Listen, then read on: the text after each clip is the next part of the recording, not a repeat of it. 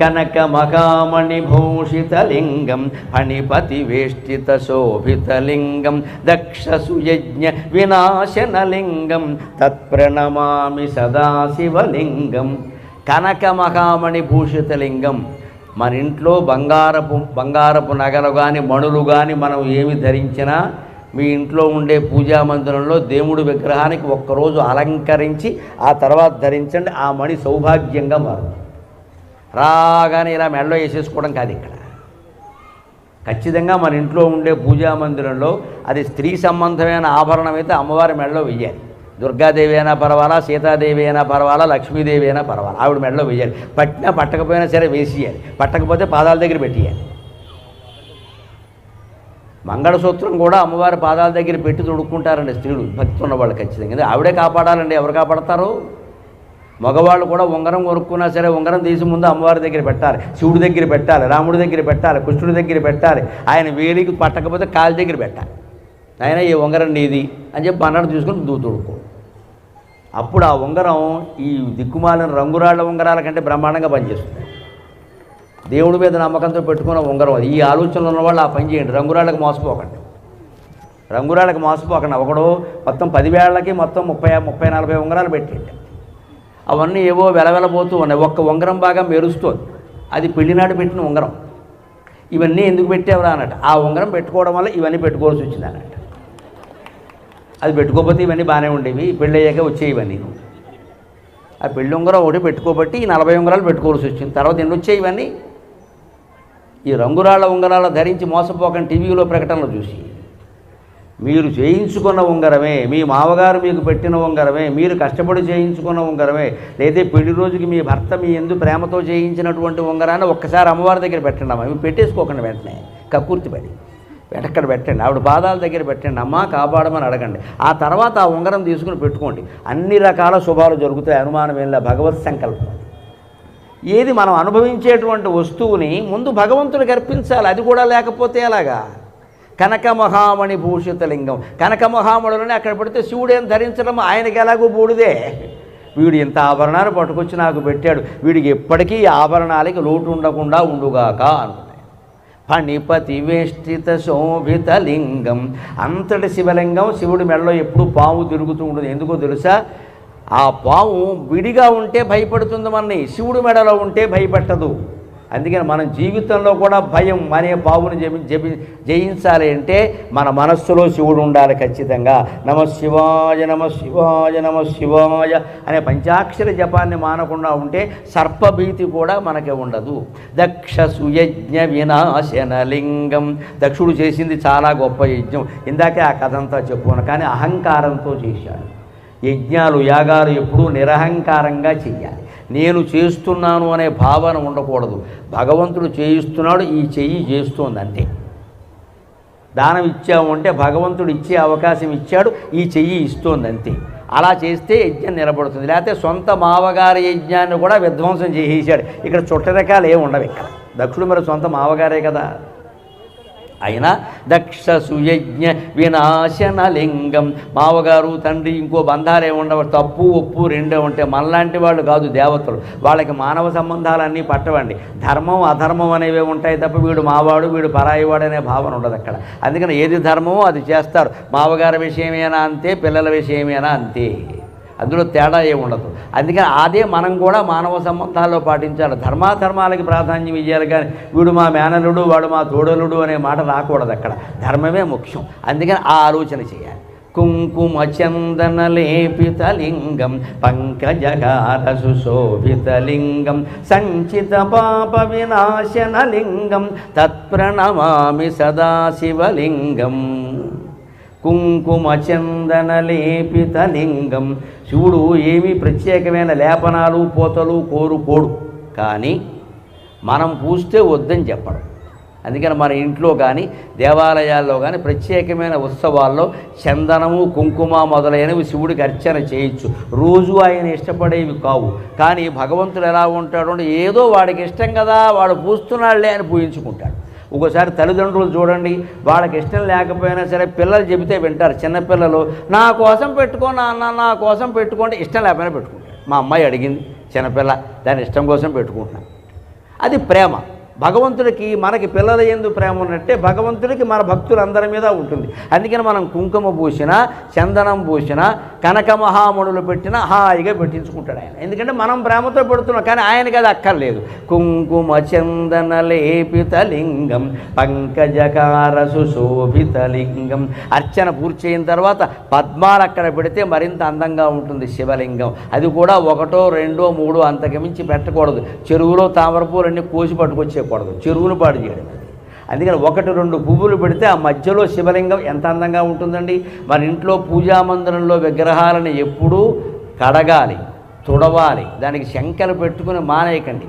ఎప్పుడు దుమ్ము కనపడితే అప్పుడు తుడిచేయి, వీలైతే కడిగేయి, శుభ్రంగా కడిగేయాలి, శుభ్రంగా తుడిచేయాలి. ఆ దేవుడు విగ్రహాన్ని చూస్తే మన దుఃఖాలన్నీ పోయినంత ఆనందంగా ఉండాలి. మంగళప్రదంగా లేకపోతే ఆనందంగా ఎలా ఉంటామండి?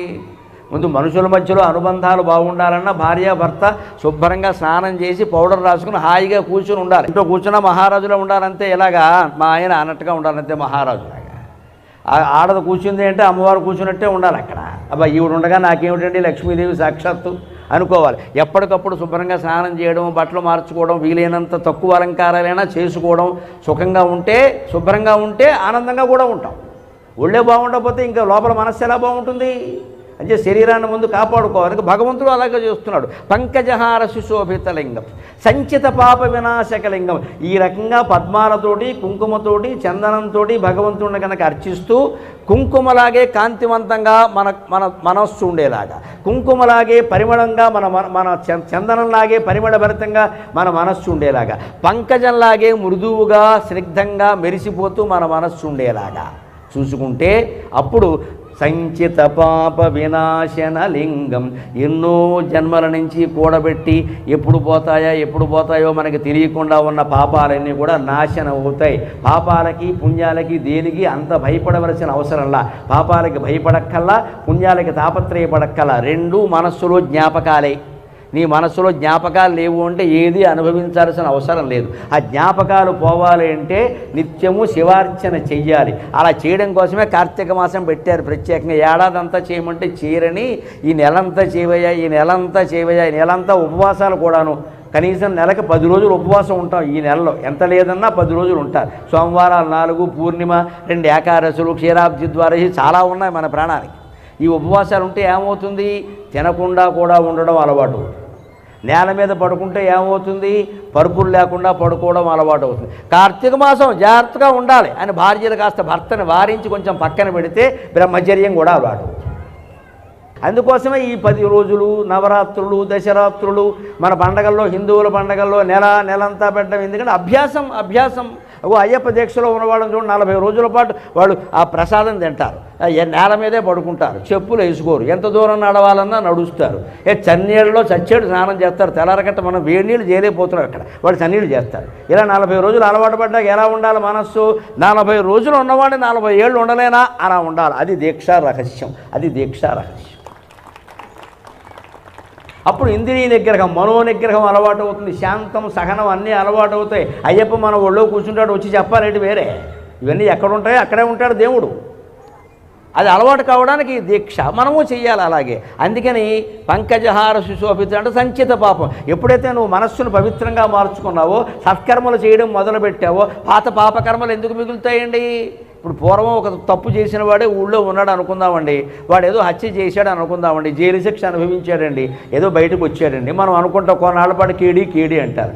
వాడే తర్వాత చాలా మంచి పనులు చేశాడు అనుకోండి పశ్చాత్తాపంతో. మరో 10 ఏళ్ళు పోయాక ఏమంటారండి? ఇంత మంచివాడు ఆ పని ఎలా చేశాడండి అండమే కాదు, వాడు చేసి ఉండడో ఎవరో మోపేసి ఉంటారని కూడా అంటారండి. మంచితనం అంత గొప్పది దయచేసి గమనించాలి. మనం దుర్మార్గ పని చేసినా సరే తర్వాత సన్మార్గం అలవాటు చేసుకుంటే దాన్ని చూసినటువంటి లోకులు ఇంత మంచివాడు అలా ఎందుకు చేస్తారండి, ఎవరో మోపేసి ఉంటారు పాపం అంటే ఆ మాట అతనికి ఎంత మనశ్శాంతిగా ఉంటుంది. నేను చేశాను నిజంగా, కానీ నేను చేయలేదు అంటున్నారు వాళ్ళు. అంటే ఇంకా చేయకుండా ఉంటే ఈ మాట చేయలేదనే మాటే ఇంత నాకు ఆనందంగా ఉంటే నిజంగా చేయకుండా ఉంటే ఎంత ఆనందంగా ఉంటాను నేను. అది అతనిలో సరైన పశ్చాత్తాపం రాదా వెంటనే ఆ మంచి పని అంత గొప్పది. అది సంచిత పాపాలను కూడా పోగొడుతుంది. సంచిత పాప వినాశన లింగం తత్ప్రణమామి సదా శివలింగం దేవగణార్చిత సేవిత లింగం భావైర్భక్తిభిరేవ చ లింగం భావైర్భక్తిభిరేవ చ లింగం దినకరకోటి ప్రభాకరలింగం తత్ప్రణమామి సదా శివలింగం దేవగణార్చిత సేవిత లింగం. ఇంద్రుడు, వసంతుడు, కంతుడు, జయంతుడు ఎంతమంది దేవతలైనా ముక్కోటి దేవతలు శివలింగం ముందు మోకరిల్లవలసిందే. అందుకని దేవగణార్చిత సేవిత లింగం. ఎలా చెయ్యాలి?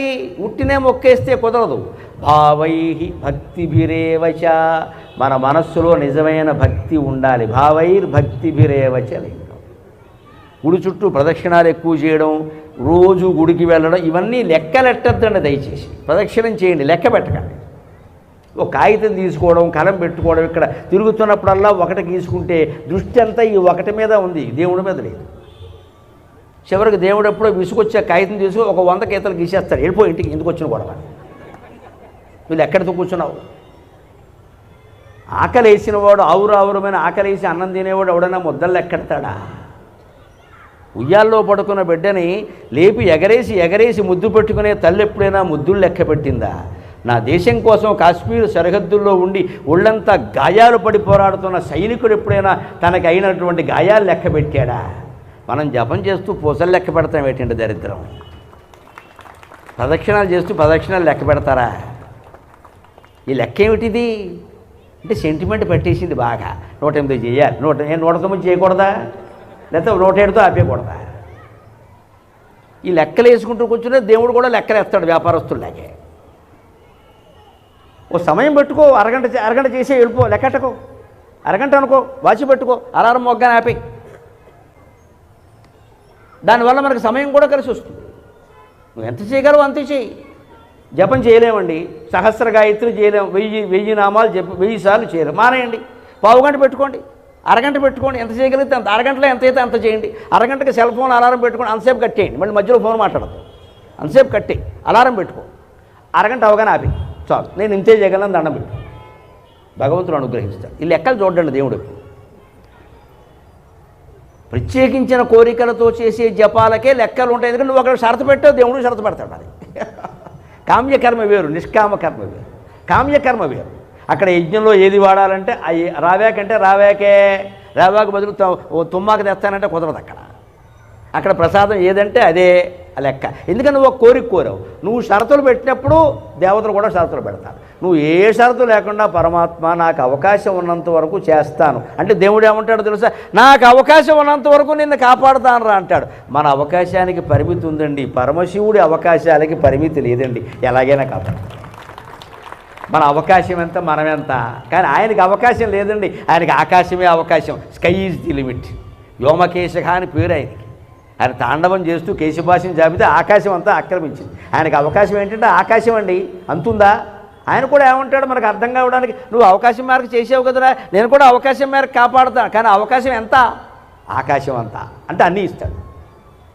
మనం ఎందుకు అవకాశం పెట్టుకుంటున్నాం? మానవ మాత్రుడు. మనం ఉద్యోగాలు చేసుకోవాలి, ఇంటి పనులు చేసుకోవాలి, ఎన్ని ఉన్నాయండి, పిల్లల్ని పెంచుకోవాలి, పూజా మందిరంలోనే అస్తమానం కూర్చోవాలంటే వీలవుతుందా? దానికి కూడా సులభమైన ఉపాయం ఉంది. ఏం కంగారు పడక్కల, సమయం పెట్టుకోండి. ఈ అరగంట సేపు చేస్తా, అరగంట అలారం మోగ్గానే అక్కడి నుంచి ఇన్ని పని చూసుకో. అలా రోజు అలవాటు పడితే ఆశ్చర్యం ఏంటో తెలుసా? ఒక ఏడాది అయ్యేసరికండి ఇంకో అరగంట చేద్దామనిపిస్తుందండి, మన మనస్సుకే అనిపిస్తుంది. హాయి అక్కడ దొరికిన ఆ జపం చేస్తుంటే, ఏకాంతంగా జపం చేస్తుంటే దొరికిన హాయి ఇంకా భూమండలంలో ఏ సుఖంలోనూ మనకు దొరకదు. వెంటనే మనమే మాట్లాడతాం, అక్కడ ఇలా ఉంటే బాగుండు, ఇలా ఉంటే బాగుండు అని చెప్పి. వయస్సు దాటి ఉద్యోగ విరమణ, పదవీ విరమణ చేశాక ఇంక అందులోనే ఉంటామండి. మళ్ళీ ఊరికే సమాజంలో వేలంటే ఎందుకు వెళ్ళి ఆ పని ఈ పని అంటూ ఇంట్లో కూర్చోక. ఇది దేవగణార్చిత సేవిత లింగం భావైర్భక్తిభిరేవ చ లింగం. ఎందుకింత శ్రద్ధగా జపం చెయ్యాలో తర్వాత 3వ చరణంలో చెబుతున్నారు శంకరాచార్య. దినకర కోటి ప్రభాకర లింగం తత్ప్రణమామి సదాశివలింగం. కోటి మంది సూర్యులతో సమానంగా ప్రకాశిస్తాడట శివుడు. అదే శంకరాచార్య శివానందలహరిలో చెబుతారు. ఏకోవ అరిజవంతవక క్షితినభో వ్యాప్తం తమో మండలం భిత్వా లోచన గోచరోపి భవతి త్వం కోటి సూర్య ప్రభక వేద్య కిం న భవసి అగో ఘనతరం కిదృగ్భవేన్మత్తమక తత్సర్వం వ్యపనీయమే పశుపతే సాక్షాత్ ప్రసన్నో భవ అని శివుని రెచ్చగొడతారు. ఆయన శ్లోకాలు అలాగే ఉంటాయి. సూర్యుడితో పోల్చి రెచ్చగొట్టారు శివుణ్ణి. ఏమంటున్నారంటే ఎకోవారిజవంతవక, సూర్యుడు ఒక్కడే ఉన్నాడు అక్కడ ఆకాశంలో, ఇద్దరు సూర్యులు లేరు. క్షితినభో వ్యాప్తం తమో మండలం భిత్వా, ఆకాశం నుంచి భూమండలం వరకు ఉండే మొత్తం చీకటిని పోగొడుతున్నాడు. చూసుకొని నీకంటే ఎంత గొప్పవాడో. శివుని రెచ్చగొడుతున్నాడు ఆయన, ఎందుకంటే దాన్ని కాపాడడం లేదని బాధ. అందుకని ఏమంటాడు, ఒక్కడేనయ్యా సూర్యుడు, మీకు 5 ముఖాలు ఉన్నాయి. శివుడు పంచముఖుడు కదా, నీకు మళ్ళీ 5 ముఖాలు లేవు, ఆయనకు ఒకటే ముఖం. అయినా ఏం చేస్తున్నాడు, ఆకాశం నుంచి భూమి వరకు ఉండే చీకటిని మొత్తం పోగొడుతున్నాడు. 9 కోట్ల మైళ్ళ దూరంలో ఉన్నట్టు సూర్యుడు. అక్కడి నుంచి ఈ కిరణం ఇక్కడికి చేరడానికి 9 నిమిషాలు కూడా పడ్డం లేదు. మరి ఆ మాత్రం శక్తి నీకు లేదా? అప్పుడే శివుడు రెచ్చిపోతాడు, నన్ను వాడితో పోలుస్తావా అని. ఎందుకంటే ఈయన 3 కళ్ళల్లో ఒక కన్ను సూర్యుడు, ఒక కన్ను చంద్రుడు, ఒక కన్ను అగ్ని, ఉందే సూర్య శశాంక వన్య నయనం. నా ఒంట్లో ఒక కన్ను, వాడితో నన్ను పోలుస్తావా? ఇంతకీ ఏం కావాలో చెప్పమంటాడు. అది చెబుతున్నాడు ఆయన. తత్సర్వం క్షితినభో వ్యాప్తం తమో మండలం భిత్వా లోచన గోచరోపి భవతి త్వం కోటి సూర్యప్రభక దినకర కోటి ప్రభాకర లింగం. నువ్వు కోటి సూర్యప్రభాభాసమానుడివి అంటున్నారయ్యా. సూర్యుడి కాంతి నీ నుంచే వచ్చింది అంటున్నారయ్యా. మరి సూర్యుడు మాకు కనబడుతున్నాడు, ఒక్కడే ఉన్నాడు, ఇంత చీకటి పోగొడుతున్నాడు. పైగా లోచన గోచరోపి భవతి, మా కళ్ళకు కూడా కనపడుతున్నాడు. సూర్యుని చూడొచ్చు కదా, నమస్కారం చేసుకోవచ్చు కదా. సూర్యుని చూస్తే కానీ అన్నం తినని వాళ్ళు ఇప్పటికీ ఉన్నారండి మనలో. కొంతమంది పెద్దవాళ్ళు సూర్యుని చూస్తే కానీ అన్నం తినరు. నిజంగా వర్షం వచ్చి సూర్యుడు కనపడేదంటే వాళ్ళకు ఉపవాసమే. ఇప్పటికీ ఉన్నారండి అలాగా. జోక్చ సూర్యం దృశే అని సూర్యుని చూసి దండం పెట్టుకుని అన్నం తింటారు. సూర్యుడు కనపడకపోతే అన్నం తినరు. పెద్దవాళ్ళు ఉన్నారు. అప్పుడు 90 ఏళ్ళు వచ్చినా సరే తినరు. లేదురా నేను జీవితం అంతా పాటించాల్సిందే అంట. అదో పద్ధతి. భగవంతుడిని చేరుకోవడానికి, ఆత్మజ్ఞానం పొందడానికి ఏ పద్ధతి అయినా మంచిదేనండి. అందుకని ఆయన కనబడుతున్నాడు, ఒక్కడే ఉన్నాడు, నువ్వేమో 5 ముఖాలు వేసుకుని ఉన్నావు. ఆయన మొత్తం చీకటంతా పోగొడుతున్నాడు. కానీ నువ్వు నా మనస్సులో ఉండే చీకటిని పోగొట్టలేకపోతున్నావు, నిన్ను ఏమనాలయ్యా అన్నాడు శంకరాచార్య. తత్సర్వం వ్యపనీయమే. నా మనస్సులో ఈ సంసార బంధాల గురించి, ఈ ధనవాంఛల గురించి, కామవాంఛల గురించి, ఈ పదవీ పీఠాల వాంఛల గురించి ఉండే చీకటి ఉందే, విపరీతమైన కోరిక. ఇది ఎంత దారుణమైందో. కానీ సూర్యుడు పోగొడుతున్నాడు. సూర్యుడి కంటే 1,000,000 రెట్లు కాంతి కలిగిన వాడు నువ్వు పోగొట్టలేకపోతున్నావంటే ఏమంటే నీ తప్పు కాదయ్యా, ఈ దుర్మార్గపు అజ్ఞానం అంత దారుణమైందనమాట. వేద్యక్కిం నభవసి అగో ఘనతరం కీదృగ్భవేన్మత్తమక. నాలో వ్యాపించిన చీకటి ఉందే, ఈ బంధాల మీద గురించిన వ్యాపడం, మా వాళ్ళని కొట్టుకు చచ్చిపోవడం ఉందే, ఈ వ్యామోహం ఎంతది అంటే భగవంతుడు కూడా పోగొట్టలేనంత అజ్ఞానం. అందుకని తత్సర్వం వ్యపనీయమే పశుపతే సాక్షాత్ ప్రసన్నోభవ. అది పోగొట్టి వెంటనే ప్రసన్నం కూడా కావయ్యా. సూర్యుడు పాటు చేయకపోతే ఎలాగా? విష్ణుమూర్తి కానీ నువ్వు కానీ సూర్యుడి కంటే గొప్పవాళ్ళు అంటారు కదా. మరి గొప్పవాళ్ళు అయిన వాళ్ళు తక్కువ వాళ్ళ కంటే ఎక్కువ పనులన్నీ చేయాలి కదా. ఆయన చేసిన పాటు కూడా చేయకపోతే ఎలాగా అని భగవంతుడు రెచ్చగొడుతున్నాడు ఆయన. అది దినకర కోటి ప్రభాకర లింగం. ఎలా భగవంతుడితో మాట్లాడాలమ్మా? మన చూసిన వాళ్ళు పిచ్చివాళ్ళు అనుకున్నా మంచిదే. పూజామందిరంలో కూర్చున్నామంటే ఎదురుగా ఉన్న విగ్రహాలతో మనం మాట్లాడాలి. చూసిన వాళ్ళు ఏమైనా అనుకోని, ఆయనలో ఆయన మాట అనుకోని ఏం పర్వాలా. ఎవరితో మాట్లాడుతున్నామంటే దేవుడితో మాట్లాడుతున్నాం. ఏదో కుటుంబ బంధాలతోనూ మిత్రులతోనూ ఫోన్లో మాట్లాడడానికి గంటలు కాల్స్ పెట్టుకుని వాడు పలక్కపోయినా సరే, అందుబాటులో లేరు అని వచ్చినా సరే మళ్ళీ చేసి పనికిమాలిన మాటలన్నీ మాట్లాడతామే. పూజామందిరంలో కూర్చొని దేవుడితో మాట్లాడలేమంటే విసుగు వచ్చింది, దేవుడి ముందు చూపించండి. కోపం వచ్చింది, దేవుడి ముందు చూపించండి. భయం వేసింది, దేవుడి ముందు చూపించండి అమ్మా. తక్షణం దైవ సాక్షాత్కారం జరుగుతుంది. సామాన్యమైన విషయం కాదు. మన ఆర్తి, మన ఆవేదన. నేను నీ భక్తుడిని అయి ఉండి కూడా నేను భయపడుతున్నానయ్యా, నీకే ఇది అవమానం అంటే తక్షణం మన భయాన్ని పోగొడతాడు. నీ భక్తుడిని అయి ఉండి కూడా దరిద్రంతో చస్తున్నానయ్యా, డబ్బులు లేక అప్పుల్లో పడి నీకే అవమానం అంటే తక్షణం లక్ష్మీ కటాక్షం వస్తుంది, అనుమానమేంలే. భక్తుడి ఆర్తికి భగవంతుడు తట్టుకోలేడు. ఉయ్యాలలో పిల్లాడు ఏడిస్తే తల్లి తట్టుకోగలదా? అన్ని పనులు మానేసి వెళ్ళిపోతుంది. భక్తుడు ఆర్తితో పిలిస్తే భగవంతుడు తట్టుకోలేడు. సమస్త దేవతల్ని వదిలేసి వస్తాడు, గజేంద్ర మోక్షం లెక్క. వదిలి రాలేదా అలాగే వస్తాడు. ఆర్తి ఉండాలి. ఏదో అజీర్తితో ప్రార్థన చేయడం కాదు, తిన్నది అరక్క, ఆర్తితో ప్రార్థన చేయాలి. అష్టదళోపరివేష్టితలింగం సర్వసముద్భవకారణలింగం అష్టదరిద్ర వినాశనలింగం తత్ప్రణమామి సదాశివలింగం. అష్టదళ పద్మం, దాని మీద శివలింగాన్ని కనుక పెట్టినట్టయితే, అష్టదళ పద్మంతో శివుణ్ణి అర్చించినట్టయితే విశేషమైన ఫలితం చెప్పారు. ఇక్కడ అది అర్థం కాదు. శంకరాచార్యాలంటే సామాన్యమైన మాట చెప్పారు. అష్టదళాలంటే అష్టమూర్తులు, పంచభూతాలు. సో పృథివ్య తేజో వాయువులు ఆకాశాలు, ఆ పైన సూర్యచంద్రుడు ఇద్దరు, ఆ పైన జీవుడు, ఇవే శివుడు అష్టమూర్తులు. అష్టదళోపరివేష్టిత లింగం, పంచభూతాత్మకమైన శరీరం ఉంది ఇక్కడ. దీంట్లో మళ్ళీ సూర్యుడు కళ్ళల్లో వెలుగు రూపంలో ఉన్నాడు, చంద్రుడు మనస్సు రూపంలో వెలుగుతున్నాడు, జీవుడు రూపంలో ఒక శక్తి ఉంది. ఈ అష్టదళాల్లోనూ శివుణ్ణి పెట్టాలి. అంటే నీ గుండెల్లోనే శివుడున్నాడు అని భావన చెయ్యాలి. అలా చేస్తే సర్వసముద్భవ కారణలింగం. ఈ సృష్టి అంతా ఏర్పడడానికి అష్టమూర్తులే కారణం, పంచభూతాలు కారణం, సూర్యచంద్రుడు కారణం, జీవుడు కారణం. లేకుండా ఏది ఏర్పడలేదండి, అన్ని జీవులు అంతే. అందుకని అన్నిటికీ అదే మూలం. కాబట్టి అష్టదళాలంటే అష్టమూర్తులుగా భావించు. అష్టమూర్తులు నీ శరీరంలో ఉన్నాయి కాబట్టి గుండెల్లో ఉన్న శివుణ్ణే అర్చన చేయి. అప్పుడు గుడిలో ఉండే శివుడు కూడా అర్థమవుతాడు. అప్పుడు అర్థమైతే ఏం జరుగుతుందండి? అష్టదరిద్ర వినాశనలింగం. అష్ట కష్టాలంటారు, అష్టదరిద్రాలంటారు. ఏమిటో తెలుసా? రుణం యాజ్ఞాచ వైరుధ్యం, రుణం యాజ్ఞాచ వైరుధ్యం, జారచోర దరిద్రత, రోగశ్చ భుక్తశేషశ్చ అష్టకష్టా ప్రకీర్తితా అంట. అప్పు చేసి బతకాల్సి రావడం అదో పెద్ద కష్టం. ఇవాళ అది ఫ్యాషన్ అయిపోయింది. అసలు అప్పు లేని మనిషి లేడు. అవయవాలు లేని మనిషి అయినా ఉన్నాడేమో కానీ అప్పు లేని మనిషి లేడు. నేను ఈఎంఐ కట్టాల్సిన అవసరం లేకుండా బతుకుతున్నా అంటే వారికి నేను నమస్కారం చేస్తాను. ఎందుకంటే నాకు ఆ దరిద్రం లేదు. ఈఎంఐ అంటే నేను ప్రత్యేకంగా వ్యతిరేకిస్తాను.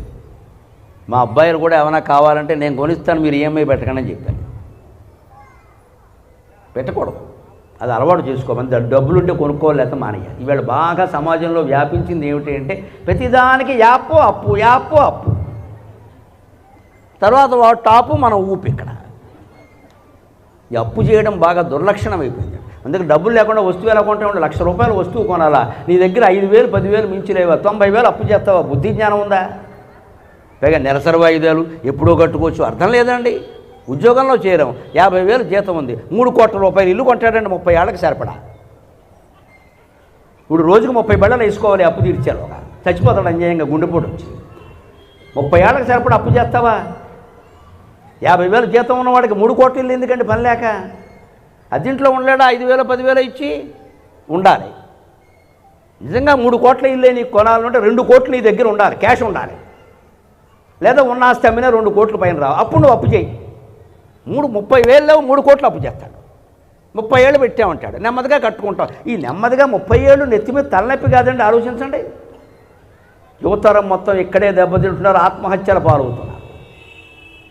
పైగా ఏమిటి, ఈ యథ ఉద్యోగాలు శాశ్వతం కాదు. పూర్వం పోస్ట్ మ్యాన్ ఉద్యోగం వచ్చినా సరే చచ్చే వరకు ఉండేది. ఇవాళ సాఫ్ట్వేర్ అంటే బాగా పనిచేస్తే జీతం పెంచాలి కాబట్టి తీసేస్తారు, పని చేయకపోతే పని చేయలేదు కాబట్టి తీసేస్తారు. మొత్తం మీద తీసేయడం ఖాయం. పైగా తీసేయడం కోసం ఒక మేనేజర్ పెడతారు, టీఎం, తీసేసే మేనేజర్. ఎంతమందిని తీసేస్తే అంత ఇంక్రిమెంట్ ఇస్తారు వాడికి. ఎందుకంటే కంపెనీకి నష్టం రాకూడదు. పక్కా వ్యాపారం జరుగుతుందమ్మా. ఎంత మోసపోతున్నాం. వాళ్ళకి మన మీద నమ్మకం లేదు, మనకి వాళ్ళ మీద గౌరవం లేదు. ఏం ఉద్యోగాలండి ఇవి? ఎందుకంటే రైల్వేలో పోర్టల్ ఉద్యోగం నయం. వాడు ఏదో సాయంత్రానికి సంపాదించుకుంటూ ఉంటాడు అక్కడ. ఈ ఉద్యోగాన్ని నమ్ముకుని మనం అప్పు చేస్తున్నామంటే అమాయకులం కాదు మనం. ఈ జీతం శాశ్వతం, ఉద్యోగమే ఉండదే. అప్పుడు అప్పు ఎక్కడి నుంచి కడతారో? ఇప్పటికే నెలకు 2 లక్షలు పెట్టేసావు ఈఎంఐ. ఇక్కడ ₹1,00,000 1,50,000 ఉద్యోగం ఉడితే, ఉద్యోగం చేయలేని పరిస్థితి వస్తే అనారోగ్యం రాదా అండి? తినే తిండి ఏంటండి? మధ్యలో వస్తాడు రూములోంచి, పొద్దున్న 10 రాత్రి 11 వరకు పనిచేస్తాడు. మధ్యలో వచ్చి నిలబడి తింటాడు 2 మెతుకులు. ఇది ఎక్కడ అరుగుతుంది? ఇది మళ్ళీ వెళ్ళిపోగానే ఫోన్ వచ్చింది కాలే పై కాలు వచ్చే వరకు ఈ కాల్స్ వస్తూనే ఉంటాయి. ఇక్కడ కాలు నిలవదు, కాలు పారిపోతాడు ఇక్కడికి. మరి అప్పుడు ఈ అరగకపోతే అనారోగ్యం. అప్పుడు వెంటనే వైద్యం దగ్గరికి వెళ్ళామనుకో, చేయి పట్టుకుంటే వెయ్యి, మళ్ళీ వదిలితే వెయ్యి.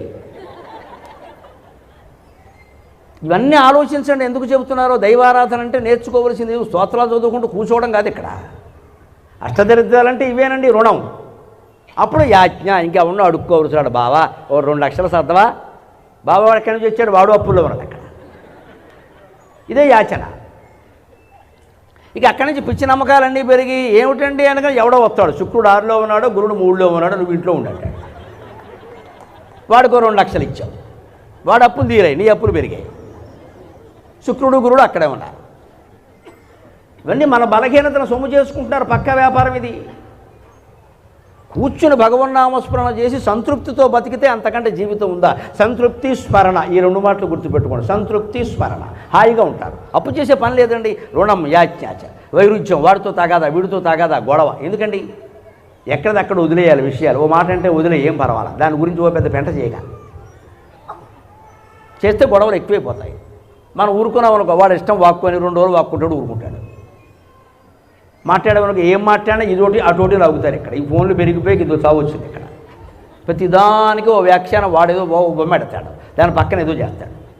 ఇప్పుడు అప్పుల గురించి ఏదో మాట్లాడాను అనుకోండి, ఎవడో రికార్డు చేసాడు అనుకో, గరికిపాటి వారు అప్పుల్లో మునిగిపోయారని పెడతాడు అక్కడ. దాని కింద వీడు కామెంటరీ పెడతాడు ఇక్కడ. ఇవన్నీ పడలేక ఈ రికార్డింగ్ కూడా వద్దని చెప్పాడు. ఏం మాట్లాడినా తప్పే. ఎందుకంటే వీడికి యూట్యూబ్ పెట్టాడు, వీడికి డబ్బులు కావాలి, అందుకు నా జీవితాన్ని బలి చేస్తాడు. వీడు రేటు కక్కుర్తు కోసం, రేటింగ్ కక్కుర్తు కోసం నా జీవితాన్ని బలి చేస్తాడు. మొత్తం ప్రముఖులైన వాళ్ళు అందరం ఇబ్బంది పడిపోతున్నారు ఇక్కడ. మొత్తం ఆల్ సెలబ్రిటీస్ మమ్మల్ని అమ్ముకుని చూస్తారని నాకు అర్థం కాదు. అంత దమ్ముంటే నీ ఛానల్లో నీ సరుకేదో నువ్వు పెట్టుకో, నా బొమ్మ ఎలా పెడతావు? అది తప్పదు, చాలా ద్రోహం అది నిజం చెప్పాలంటే. నా అనుమతి లేకుండా నా బొమ్మ ఎలా పెడతావు నువ్వు? మంచికి చెడ్డకి దేనికి పెట్టడానికి వీల్లేదు. అప్పుడే అది నిలబడుతుంది ఖచ్చితంగా. ఎందుకంటే స్వశక్తి అంటే ఏమి నమ్మకం. ఎవడు బొమ్మ పెట్టుకుని మనం అమ్ముకోవడం ఇక్కడ, ఎవడి మాటలో పెట్టుకుని మనం అమ్ముకోవడం ఇక్కడ. ఈ పరాయి ఆధారణ తగ్గిపోవాలి. అదే యాజ్ఞ, దరిద్రత అంటే అర్థం. అది ఈ యాచన, దరిద్రత, ఈ గొడవలు అవి వదిలేయాలి అక్కడికి. అంతేకాదు జార, చోర, దరిద్రత. ఎంత అందమైన భార్య ఉంటుందో, సుఖంగా సంసారం ఉంటుంది, ఎక్కడో ఎవరినో చూస్తాడు, పని లేక దాని వెనకాల పడతాడు. అబ్బే పొరపాటైంది ఆవిడ చేసుకోవాల్సింది. ఆ చేసుకున్న వాడిని అడుగు తెలుస్తుంది వాడు ఎన్ని పడుతున్నాడు. ఒకసారి వాడు ముద్దు దగ్గర మైకెట్టు, నేను చస్తున్నాను నీకెందుకు అంటాడు. ఈ మధ్య ఇదివరకు ఇది మగవాళ్ళకి చెప్పేవాడు, ఇప్పుడు ఆడవాళ్ళకి కూడా చెప్పాల్సి వస్తుంది. నమశివాయ. ప్రియుడితో ఒప్పందం, సుపారి, భర్తను లేపేయి. ఎందుకు నీడెవడో చూసింది ఎక్కడో సినిమా హాల్లో, వాడు నచ్చేసాడు. మొగుడు పనికి మళ్ళీ వాడి కింద కనపడ్డాడు. రాజుని చూసిన కళ్ళతో మొగుడు చూస్తే మొత్త బుద్ధి అయిందని. రాజుని చూడకుండా ఉంటే బాగానే ఉండేది మరి. ఇదే మనకి జార, చోర అంటే. ఇప్పుడు అంతా మొత్తం ఆడమగ అందరూ తయారయ్యారు. ఎక్కడ చూసినా అక్రమ సంబంధాలే. రోజు పేపర్లో ఇవే హత్యలు, వీటి గురించే హత్య. చోర, అక్కడి నుంచి దొంగతనాలు, మోసాలు, సైబర్ నేరాలని. దొంగతనం కాకపోతే ఏంటండి, కన్నమే అనుకోకండి, కన్న వేయకుండా చేసే మోసాలు చాలా ఉన్నాయి. దరిద్రత, పేదరికం వచ్చి పడింది. దీనికి తోడు రోగశ్య, రోగం వచ్చి పడింది. ఆ పైన భుక్త శేషశ్చ. హోటల్లో మనం తిండి ఏదో గొప్పదనుకుంటున్నారవి మీరు. ఎక్కడెక్కడో పట్టుకెళ్ళి ఫ్రిడ్జ్లో పెట్టి తినగా మిగిలినవి కూడా దాచిపెట్టేసి మనకు పట్టుకొచ్చి పెడుతున్నారని దయచేసి నమ్మకండి ఎవరిని. ఇదే భుక్త శేషశ్చ. ఎంగిలి కూడు, అనేక రకాల నిలవబెట్టిన కూడు. ఇవన్నీ పోవాలి అంటే అష్టదరిద్ర వినాశన లింగం తత్ప్రణమామి సదాశివలింగం. చివరిది 8వ శ్లోకం. సురగురు సురవర పూజితలింగం సురవన పుష్ప సదార్చితలింగం పరమపరం పరమాత్మకలింగం తత్ప్రణమామి సదాశివలింగం. సురగురువు అంటే బృహస్పతి, సురవరులు అంటే దేవతలు. బృహస్పతి, తార వంటి వారు కూడా, ఇంద్రుడు, శశీదేవి వంటి వారు కూడా వారికి ఆపదలు వచ్చినప్పుడు శివార్చన చేశారు. దేవతలందరూ చేశారు, దేవగురువులు కూడా చేశారు. సురవన పుష్ప సదార్చిత లింగం. దేవలోకంలో ఉండే పువ్వులు కూడా భగవదర్చనకి వినియోగించినప్పుడే గొప్పతనం వస్తుంది. అందుకని పారిజాత పుష్పాలతో కూడా శివార్చన చేశారు. అంతేకాదు శివార్చన అంటే ఏమిటంటే చివరిగా చెబుతున్నారు శంకరాచార్య, పరం అపరం పరమాత్మక లింగం. అపరం అంటే ఈ కనపడేది, పరం అంటే పైది. ఆ పైది ఈ కనపడేది రెండూ కూడా శివస్వరూపమే. స్వర్గానికి వెళ్ళి మనం కొత్తగా అనుభవించి చచ్చేటువంటి భోగాలు ఏమి ఉండవు అక్కడ. ఇక్కడ అనుభవించే భోగాలే అక్కడే ఉంటాయి. కాకపోతే తేడా ఏమిటంటే ఇక్కడ మామూలుగా ఎవడో హోటల్లో కూడా రవ్వదోశ పట్టుకొస్తాడు, అక్కడ రంభ రవ్వదోశ పట్టుకొస్తుంది. అంతకంటే ఏం లేదు. ఊర్వశి కాస్త ఉప్మా పెడుతుంది, అక్కడ మేనక 2 మిరపకాయ బజ్జీలు ఇస్తుంది, తిలోత్తమ తిరగల్లో పెట్టి తిప్పేస్తుంది. అంతకంటే ఇంతకంటే వచ్చి చచ్చేది ఏం లేదు అక్కడ. కాస్త అందమైన వాళ్ళు వడ్డిస్తే పదార్థాలు అందంగా ఉంటాయా? రుచిగా ఉండాలి కదా ముందు. అందుకే అదేదో ఇక్కడే ఉన్నాం కదా, స్వర్గం ఆశించిన వచ్చేది లేదు. పరం అపరం ఆత్మకలింగం అన్నీ శివుడే. ఇక్కడే కనుక మనం ఆనందంగా ఉండగలిగితే ఇంతకంటే స్వర్గం ఉంటుందా? అంచేత చివరిగా ఒకటే మాట, ఇక్కడ లేనిది ఎక్కడా లేదు, ఇప్పుడు రాంది ఎప్పుడూ రాదు. గుర్తుపెట్టుకోండి, ఇక్కడ లేనిది ఎక్కడా లేదు, ఇప్పుడు రాంది ఎప్పుడూ రాదు. లింగాష్టకమిదం పుణ్యం యప్పటే శివసన్నిధౌ శివలోకమవాప్నోతి శివేన సగమోదతి. ఈ లింగాష్టకాన్ని ఎవరైతే భక్తితో అర్థాన్ని భావన చేస్తూ పఠిస్తారో వాళ్ళు శివలోకాన్ని పొందుతారు మృత్యు అనంతరం. ఈ లోకంలో కూడా శివేన సహమోదతి. శివశబ్దానికి కేవలం ఏదో ముక్కంటి శివుడు అని కాదండి, మంగళప్రదుడు అని అర్థం. ఈ లోకంలో వారికి సర్వమంగళాలు జరుగుతాయి, వారి ఇంట్లో శుభాలే జరుగుతాయి, అశుభాలు జరగవు. మామూలుగా సహజంగా వచ్చే మృత్యు వచ్చిన తర్వాత కూడా వారు కైలాసంలో శివుడితో సహా ఆనందిస్తూ ఉంటారు. ఇది మీలో ఏమాత్రం దైవభక్తిని దేశభక్తిని పెంచగలిగిన, మీలో ఉండే ఆందోళనల్ని భయాలని ఏమాత్రం తొలగించగలిగిన నేను ధన్యుణ్ణి. నాకు ఈ 4 మాటలు నేర్పిన మా అమ్మ ధన్యురాలు. స్వస్తి.